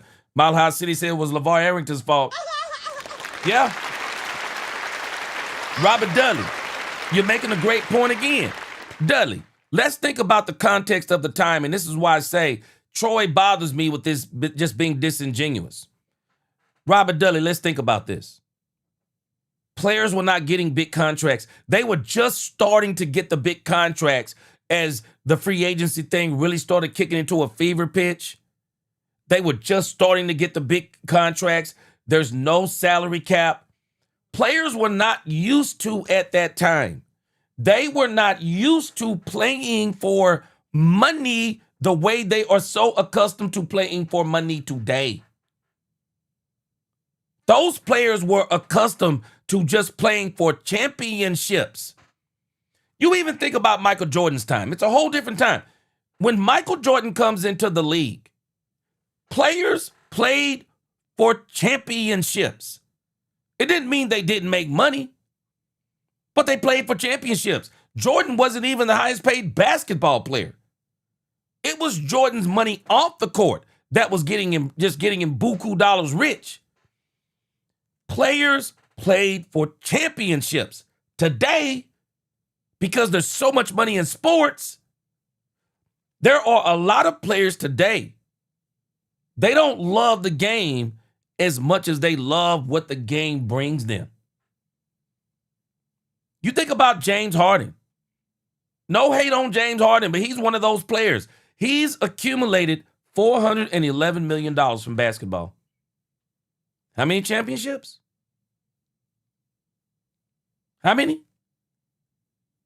James Harden, he's just a very talented basketball player. But imagine if James Harden was going for championships. This is just a different era. Troy is playing in an era it was the end of an era. Because once the money started coming, don't get me wrong, there were people playing for championships, but it wasn't like it was when Troy was coming up as this new thing with free agency started coming in. Robert Dudley makes a great point. He said Troy had coaches and men, hungry men. And Robert Dudley, guess what? A lot of people don't understand it. Jerry was one of those hungry men. Because the only way Jerry could really get the NFL, y'all got to understand what Jerry did. The only way that Jerry could get influence in the league is that Jerry had to win Super Bowls. Jerry couldn't win one Super Bowl and the league listened to him. Jerry had to win Super Bowls so that the league would not only listen to him, but the league would start bowing down to him. Jerry had to do it. And that's why he did everything he could do to win those Super Bowls. And one of the things he did was listen to Jimmy. Yep, Jimmy was a crazy man. Jimmy divorced his wife to live at the Cowboys facility. He ate, slept, and breathed football. Tony Romo was a feel-good story. We got a quarterback 2006 into 2007. Wade Phillips, Jason Garrett as head coaches. Come on, man. Jimmy was the man. I posted today, there'll never be another one like him. Man, if anybody ought to know what happened, it should be Troy. It ought to be Troy. There's no way that Troy shouldn't say he don't know what's going on. Troy know what's going on. It started happening when he was on the team. Come on, Troy. I don't understand what Troy's doing right now. I don't understand what Troy's doing right now. It's like he's being a part of the problem. Oh, I guess it's because the Cowboys didn't call him and the Dolphins did. Do you feel at all that the organization, this also may be a loaded question, that they've let Dak Prescott down in any regard? I know you've been a big supporter of him over the years. He's been fairly scrutinized for not getting this team past the divisional round. But do you think over the years since he's been quarterback of this franchise that, the front office could have maybe done a little bit more? He's coming off what has been one of his best seasons, arguably his best season since his rookie year. Well, it's a good question. It's a fair question.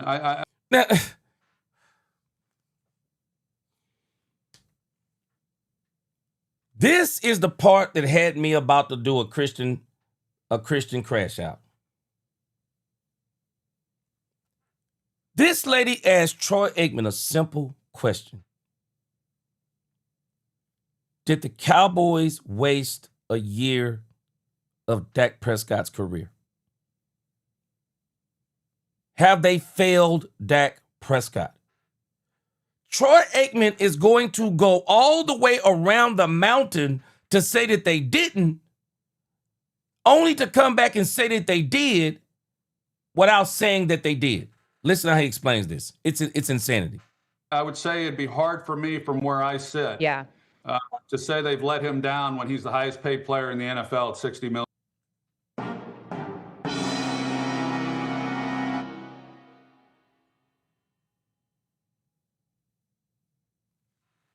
This statement right here got me burning up. So you pocket watching now, Troy, huh? So now you pocket watching. This is one of the most insane statements. So because I'm getting paid $60 million, because I'm the highest paid quarterback in the league, so you think that means I don't want to win and have players around me? This answer got me steaming. What in the world is Troy talking about here? A year. So I think I would have. I think it is a failure on the front office part to pay a $60 million, a quarterback $60 million, and not put players around him. Stop it, Troy. What are you talking about? Why did you take this opportunity to start talking about money and Dak Prescott's money? Come on, this is stupid. I would argue that it's hard to imagine that they've let him down in that regard. You go back to when Tom Brady was playing. He never was the highest paid guy in the league. And he always took a little bit of a hometown discount in order for those teams. Now, it didn't always. Somebody help me out. Did Troy Aikman ever take a hometown discount? I don't know. I don't know. Maybe I need to do some investigation in that. It's amazing to me that Troy Aikman didn't use himself as an example. Why didn't he use himself as an example? I remember when Troy Aikman signed a humongous deal. Why didn't Troy Aikman use himself as an example? He goes and used Tom Brady? I'm sorry. Shannon Sharp, and this is where he made Skip Bayless mad, one of the things he made Skip Bayless mad about. I'm sorry, but Tom Brady isn't the standard. What's good for the goose is not good for the gander. Tom Brady was also married to a $500 million supermodel. I mean, Tom Brady, stop it now. I mean, Dak Prescott out here dating Instagram models. Stop it, man.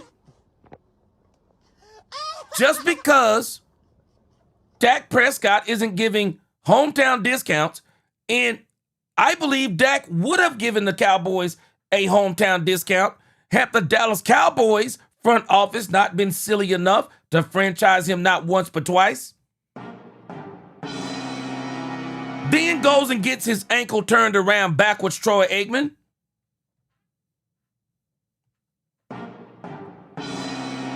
But you out here acting like the Dak Prescott has just been bending the Cowboys over the barrel ever since he came into this league.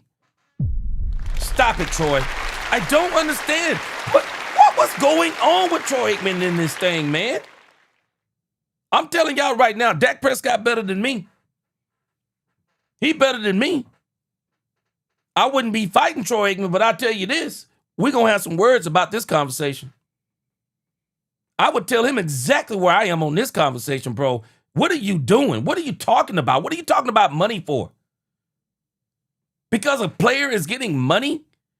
That alleviates a franchise's responsibility to put a Super Bowl team around him?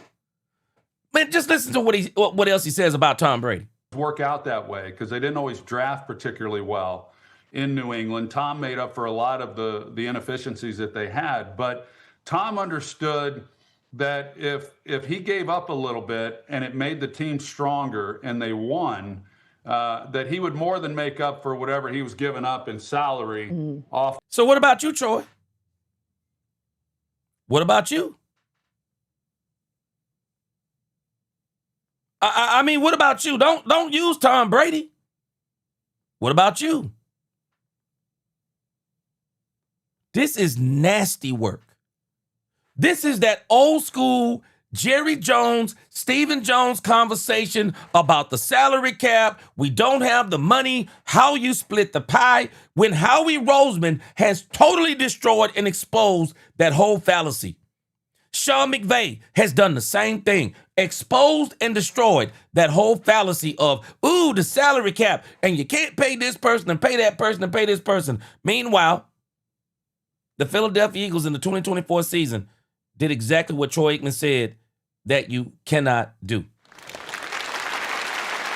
They had one of the I think he was top 3, top 5 paid quarterback. They had one of the top paid wide receivers, top 5 paid wide receivers, top 10 paid wide receiver, had players being paid all over the field, and went out there with a super team, including what they were paying Saquon Barkley, and won the Super Bowl. Stop this madness, Troy Aikman.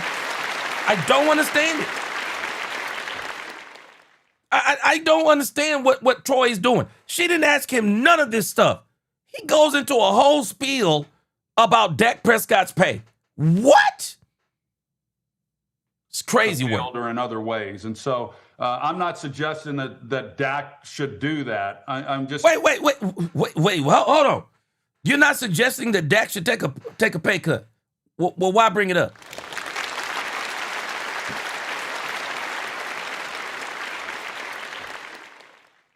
Who goes through a whole spiel of how Tom Brady was able to have players on the team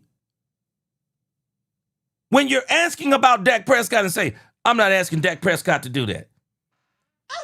This is a joke, man. I don't understand what the heck is going on with Troy Aikman. Saying that when you're paying Dak at the top of the market, you're paying CD near the top of the market, and George Pickens with the franchise tag, and you're directing all of your. Well, don't pay George under the franchise tag. Extend him. This is bad front office movement. Extend him. Don't pay him under the franchise tag. Redo Quinnen Williams' deal. Troy is acting like he don't know what void years are. This is insanity to me, what Troy is doing here. It don't make sense. And source and resources on offense, there's going to be some holes. Yeah. But, with that said, Sam, every team is like that. There's this notion, and I've been hearing it for a lot of years, hey, if this quarterback had this, then he. So you've been hearing this for a lot of years, Troy?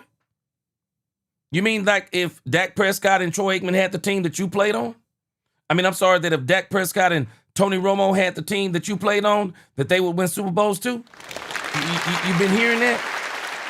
I wonder, did you hear that other quarterbacks could have won with the 1992, 1993 quarterbacks? I wonder if you heard that before, Troy. I wonder, because I have. Come on, Troy. This is so disingenuous. Emmitt Smith came out and told the truth with that sorry A defense the Cowboys had last year. Not Troy. No, Troy's saying all teams have holes, really? Tell me the holes that Troy had on the team in 1992, 1993, and 1996. Tell me the holes that the Dallas Cowboys had. Kevin Smith went down and tore his Achilles. Well, the Cowboys only went and got Deion Sanders. Troy, can you tell me the holes you had on your team in 92, 93, 94, 95, 96? Tell me the holes you had on the team. Come on, man. This is just crazy to me. Crazy. Would have won X number of championships. Every organization has holes. I mean, everyone's working within the same constraints, and it's just a matter of how you're going to allocate those assets and resources to give yourself the best chance. But I think the disappointing thing, not anyone letting anyone down, I think the disappointing thing from the fans' perspective is that when you have a year like Dak had, and yet you don't even get to see that take place in January, you don't even make the postseason, that's a wasted year. Who year did it waste, Troy? Dak Prescott. You just explain. You just said it, but you don't want. Oh, it doesn't really let down anybody. No, it let down Dak Prescott. Stop it. Come on, man, Troy, bro. This dude is so. Whoever wants to take responsibility for that is really irrelevant. But as Dak continues to get older. Oh, and now you're going to talk like you're wasting those years because it's not promised that Dak is going to be healthy every single year. Come on, Troy, this is crazy. One, it's hard to stay healthy. So will he make it through a full game season? Will he make it into the postseason healthy and able to play? And then on top of that, how long is he going to play at the level that he played at last year? So we saw it a few years ago with Joe Burrow. It's just a quarterback who played at a high level. Typically, when that happens, the team's going to have a lot of success. Right. And unfortunately for Dallas, that didn't happen. Last thing here, Troy, before. I'll never understand this conversation. I just don't. I don't understand that conversation. I'll be honest, I don't even know what the heck Troy Aikman was talking about. Just pure garbage. Yes! Here we go! Let me read some comments here. This is just pure garbage. Kippy said Aikman is imagining things. It's crazy. I don't know what the heck that Troy is doing, man. Demetrius Noel said, we've exhausted too much on Aikman when it's evident it's stemming from bitterness. Man. Mile High City, you might be right. That LeVar Arrington hit may still be there. Darren said LeVar Arrington is the culprit. Yeah, Troy's so hard the ninja can't think straight. Man, this is crazy.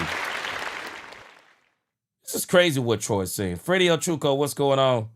He said, I've been watching my TV and have to disagree with you on the point about Jimmy didn't put the dog in the players. Here's why. I think he did. I think he did because Jimmy came right out of college from winning that doggone championship. I'm going to read the rest of what you said. Bass said he contended in the playoffs more than Dak. He lived this. Gee, that's what I'm saying. What did Emmett say? In the postseason, you played the best of the best. Either you come with it or you get shot. But here's where I'm disagreeing, Bass. And wait, maybe you're saying the same thing. Hold on, let me say. Well, you said he contended in the playoffs more than Dak. I don't think so. I think he had a team that he could contend with better than the team that Dak could contend with. Because we went into the playoffs and everything is on Dak. We didn't go into the playoffs and everything was on Troy. We didn't go into no playoffs and everything was on Troy. We had the number 1 overall defense in 1992. We had a top 5 defense in 1993. We had a top 10 defense in 1996. Troy is disingenuous. Troy is disingenuous. And if you're not listening to what he's doing, he's blaming Tony Romo and Dak Prescott. Yeah, keep it going. I agree with you. Aikman is the new bitter wife of the late Dallas Cowboys. He bitter, bro. There is no doubt about it. Let me read these super chats. There is no doubt about it. Troy is bitter for... I don't understand it. Darren said he's still thinking about that LeVar Arrington hit. Yes, sir. Well, you know that's one of the reasons why he had to retire. He started suffering all those doggone concussions. Dominique Pittman said this pocket watching Jive Turkey lost his marbles. Dominique, I am dumbfounded that he's bringing up Dak's money. Quentin Warner, appreciate that super chat again. He said, yeah, Jerry Jones hurt Dak. Yeah, this team wants to eat burgers, however. They have buns with no meat. Translation, offense, good defense, bad or opposite for 30 years. That's on delusional Jerry Jones. You know what, Quentin Warner? I still say one of the worst things that Jerry did is after Dak Prescott had that rookie season, I still don't understand why Jerry Jones didn't load up. I still don't understand why Jerry Jones didn't load that team up with, man, people don't understand what Dak Prescott was making. Man, Dak Prescott in those first 4 seasons was making chicken feed. Jerry could have loaded up around Dak Prescott. He could have loaded up. JCT Slice, he said, Troy Aikman is disappointing me. He's hating, and it just felt like he was hating on Dak Prescott too. Sad. Yeah, man, it's crazy. It's crazy. 72 Chevelle. I don't think he's telling it like it is. Troy acting like he didn't play on a super team. Troy's acting like he did not play on a super team. And Troy never, man, Troy played on a super team. Dak Prescott nor Tony Romo have ever enjoyed the luxury of playing on one of those types of teams that, man, I'm going to tell you, it's not even Dak Prescott and Troy Aikman. Dak Prescott and Tony Romo. There are very few quarterbacks in history that have ever played on a team like Dak Prescott played on and was a part of the Herschel Walker transaction that Troy Aikman benefited from. I just don't understand it. Oh, yeah, I agree with you, Fede Morales, on that. Troy is butthurt because Jerry hasn't and didn't name him the boys GM. I agree with you on that. It's obvious, man, that he obviously wanted Jerry Jones to call him up or something. This is just pathetic, man. This is pathetic. Troy shouldn't even be out here talking like this. Shouldn't even be out here talking like this, man. Just leave that. There are better ways. And I still don't understand. What does anything she asked have to do with Dak Prescott's pay? Dak better than me. They doing this Cancer Foundation thing together next week. Shoot, I tell you what. Me and Troy can be having a conversation next week. Yeah, we be having a conversation next week. And it might not be the conversation that he want to have. But I'm sorry, I'd be telling him, bro, you pocket watching, bro. I don't understand it. I do not understand it. I understand it, but I don't understand it. Troy tripping up in here, man. Yes! Here we go! Leave that man's pockets alone. Don't bring up anything about that man's money. All right. So let me actually tackle this last subject matter. Yeah, Bazzy. Troy Aikman up in here pocket watching Dak Prescott. Talking about he don't know why the Cowboys have been on a 31-year drought. Talking about why, the Joneses, how smart Miami is. You got to understand he's saying two things at once. The Cowboys, they're done for not calling me. Miami was smarter than the Cowboys, they call me. This is just crazy stuff, man. It's crazy stuff. JCT Slice, he said, I could make a case that Jalen Hurts played on that type of team. He did. It's the closest thing to the 90. We've seen it in a long time. I agree. What's going on, the wordologist? Troy enjoyed the luxury of not having a salary cap. Yep. Troy. Man, Troy is in la-la land on this. We're talking about a whole different era of guys, man. Whole different era of football. All right. So I want to talk about Dylan Thieneman. And how I believe that the Dallas Cowboys could still do well by choosing Dylan Thieneman in this draft. Not at number 12, but I believe the Cowboys could choose Dylan Thieneman, trade back to about 15, get you a 3rd-round pick, maybe even a 2nd-round pick. If you really want to get a safety, get Dylan Thieneman. Then you could get Keldrick Falk. Or you could get Jacob Rodriguez at trade back at number 20, get another 4th-round pick, and you can pick up Jacob Rodriguez. But again, this kid Dylan Thieneman, guys, some of y'all already know this. This kid Dylan Thieneman is white lightning, man. This dude can play. Says here, the more I watched Oregon safety Dylan Thieneman, the more I saw vision. Thieneman was here. He was there. Thieneman was pretty much everywhere on his 2025 game film. He was almost always in position. He was making tackles. and he was making assists.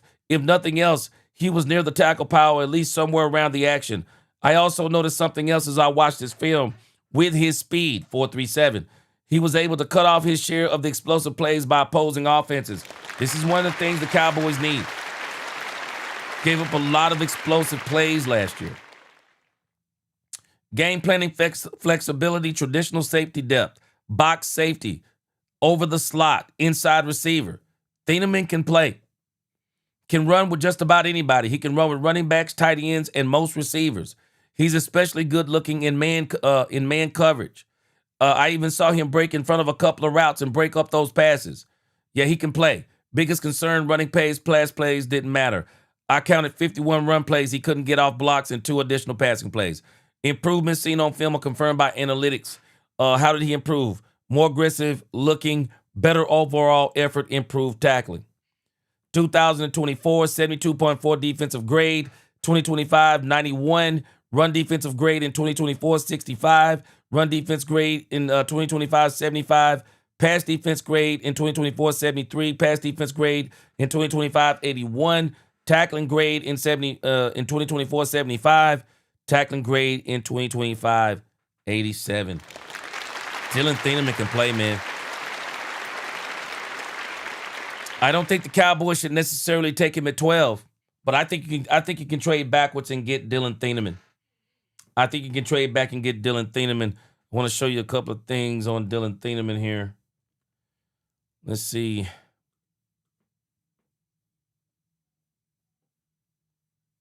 Got a few highlights on Dylan Thieneman. Let's check out Dylan Thieneman.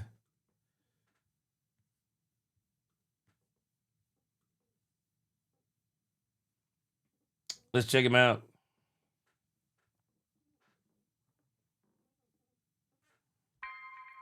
Dylan Thieneman, guys, can play. No doubt about it.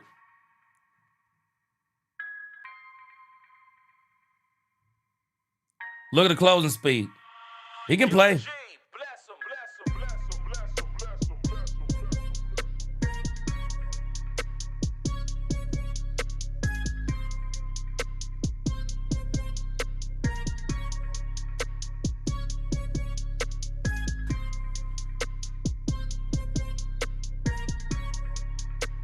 Field Dog, we're going to talk about that in a moment.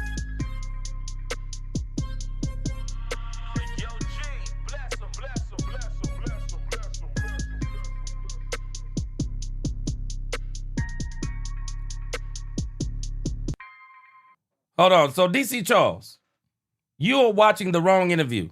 Can you tell me when did they ask Troy Aikman about Dak Prescott's pay? When Dak Prescott's pay isn't the reason why the Cowboys are not winning? When did they ask him about Dak Prescott's pay? When? Come on, man.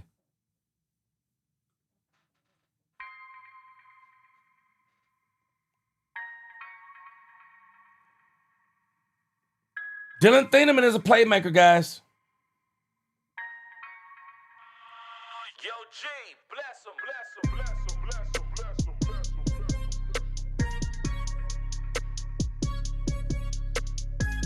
Oh, wait a minute. Hold on a second. Let me see.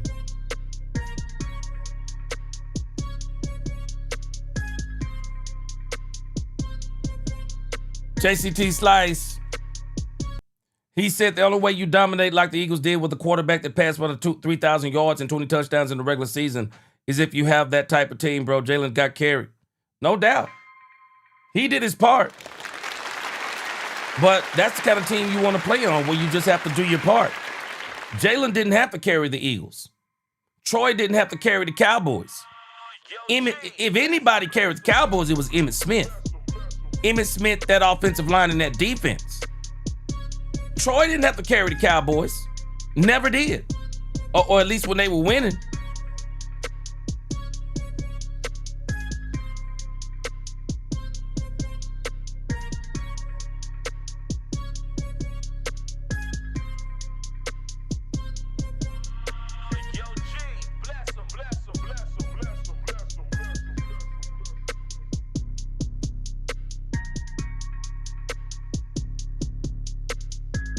Man, Thieneman is a playmaker.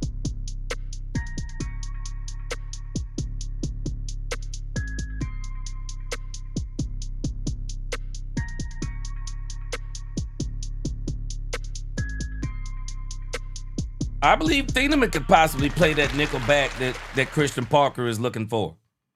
I think Thieneman can play it too. I really do. I think he could play it. All right, let me look at something here. Let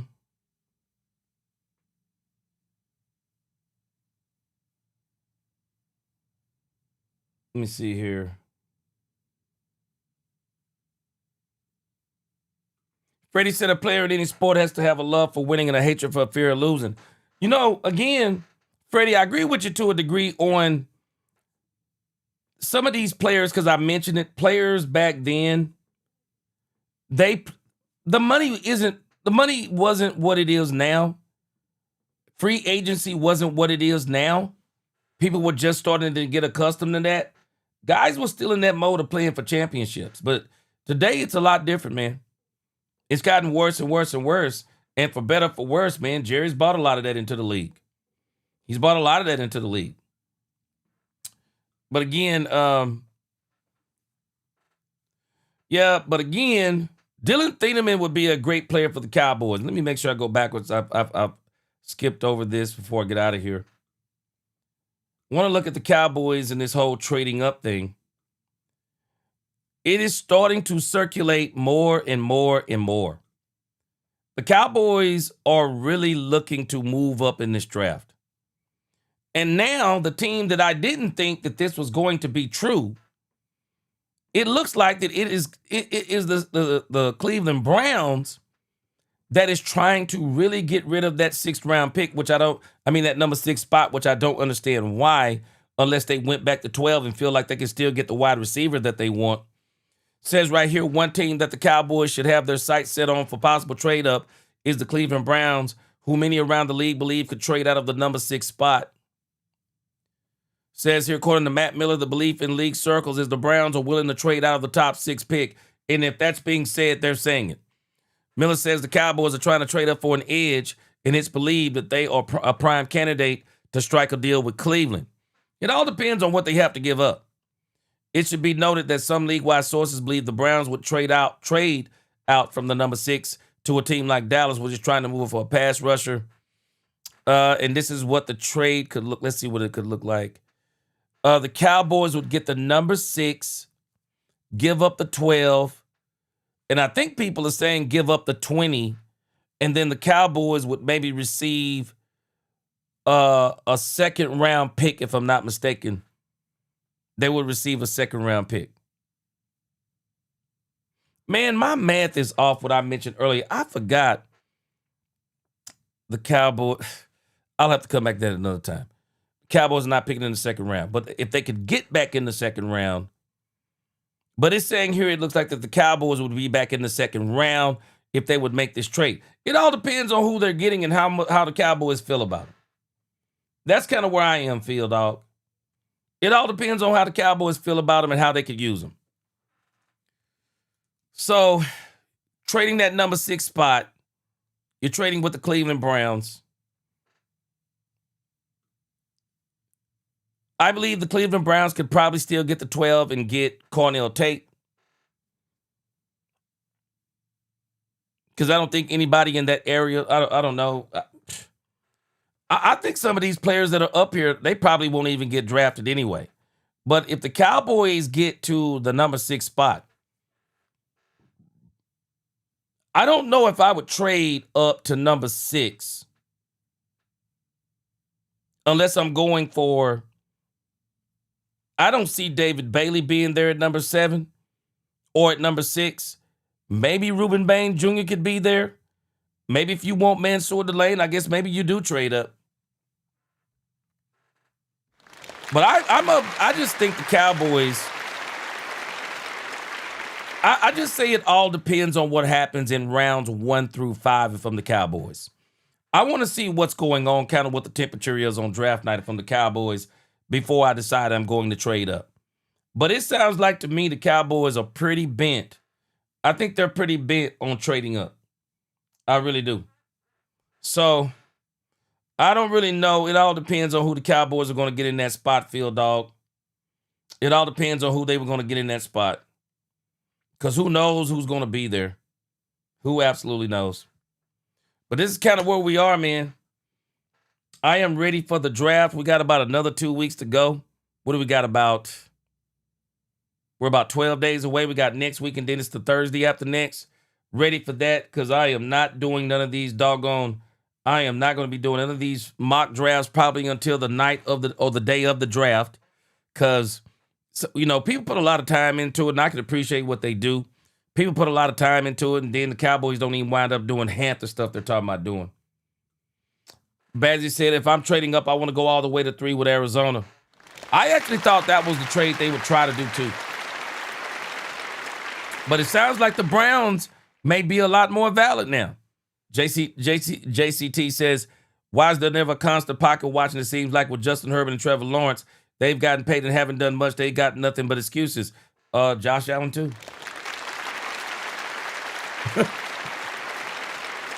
In Jesus' name, prayer over the chat. Ed just said, G, can you pray over the chat? Some of us need to cleanse our minds. We have seen. Oh, man. Man. Thank God it is Friday. I do not know what's going on with Troy Aikman. But Troy Aikman is out here wilding, if you ask me.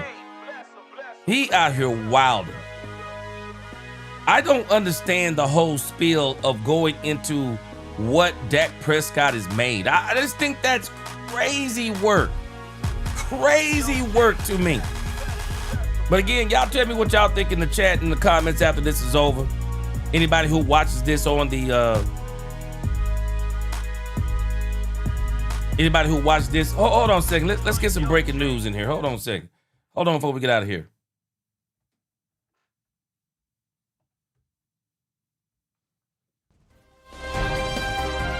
I don't know if this is true, but let's report it anyway. And I think this should be happening. This is breaking news. Dove Kleeman is reporting. NFL reporter Diana Rossini is under investigation by The Athletic about her relationship with Mike Vrabel and is sidelined until the review is completed. Yep. This is exactly what they should be doing. This is exactly what they should be doing. The Athletic is pressing for proof about Rossini's claim that there were other people. In the days since the Post story was published, there's been no public evidence to support the claims.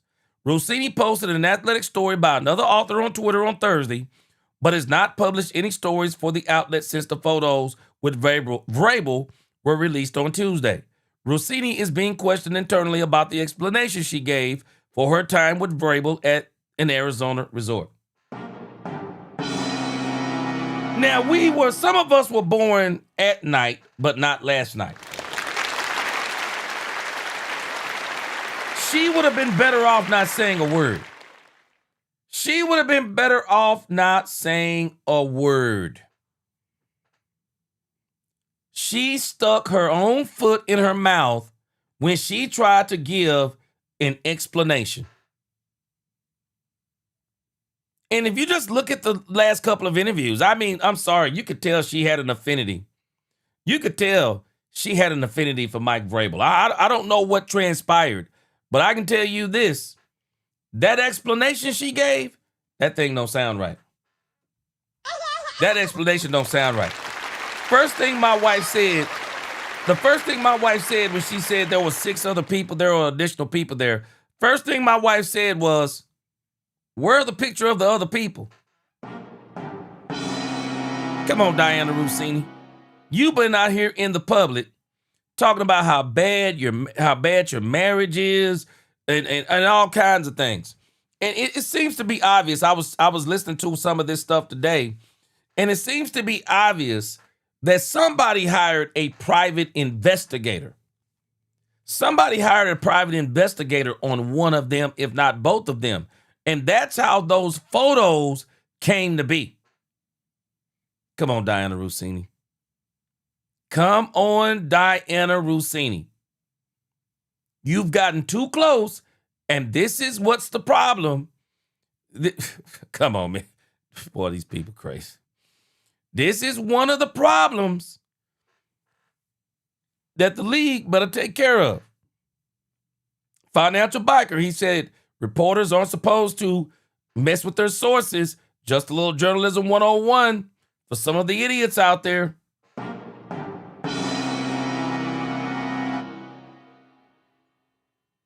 Wait a minute, what y'all talking about with Bane Jr.? You talking about his hair? What y'all talking about Uncle Bane's rice is true? Y'all talking about his hairline? Fun fact, Bane was on the Good Times. Boy, y'all crazy. Boy, y'all crazy. Well, man, what are y'all talking about here? Hold on before I get up out of here. He pulled this up. If I'm not mistaken, they were saying that Reuben Bane Jr. don't like to get haircuts. Is that what y'all talking about?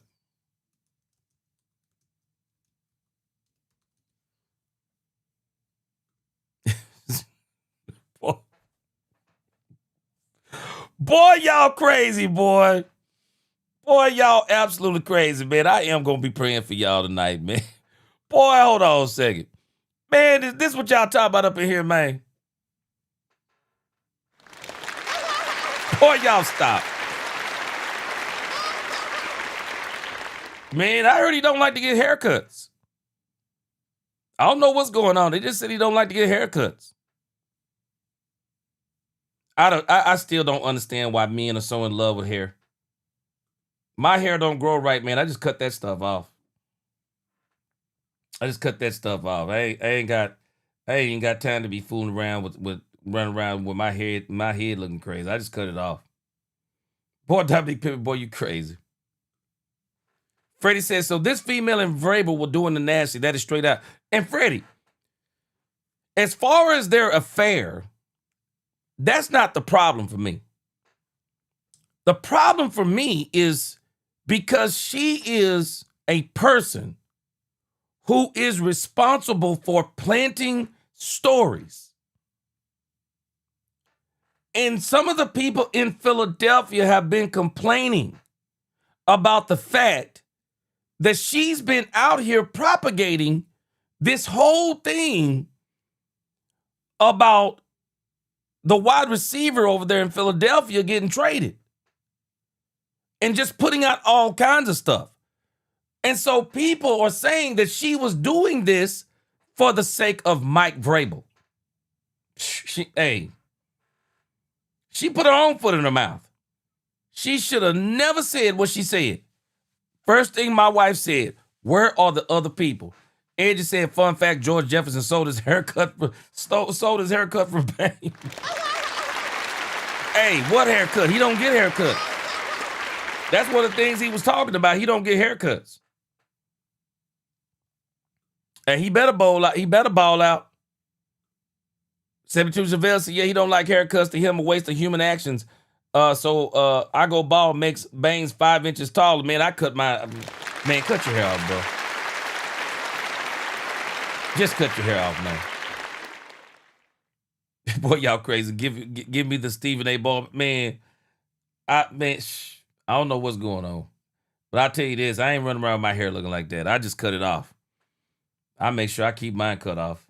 I ain't got time for that. Cut that hair off. But again, Bass, exactly what we were talking about with Rossini. Exactly what we were talking about, bro. She should be getting investigated. Darren Posey said, fun fact, Bane, Kobe Dean, and Michael Parsons share the same barber.